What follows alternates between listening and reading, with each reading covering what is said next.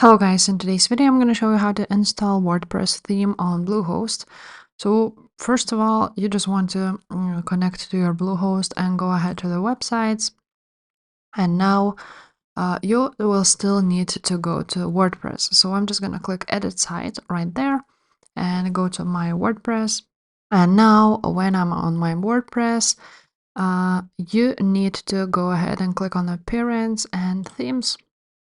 And here you will find all of the themes you want.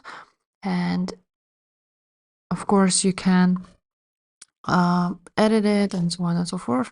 For example, now I have this one, but you can choose from many options here. You can also add a new theme like so and maybe purchase some. As you can see, there are some popular ones and free ones. So you can actually just click on install and that's it. That's how you install a new theme. So when we click install, then we will need to see activate it and overwrite it on our other theme. So if this video was helpful, please leave a like, subscribe to this channel, and I will see you next time. Bye.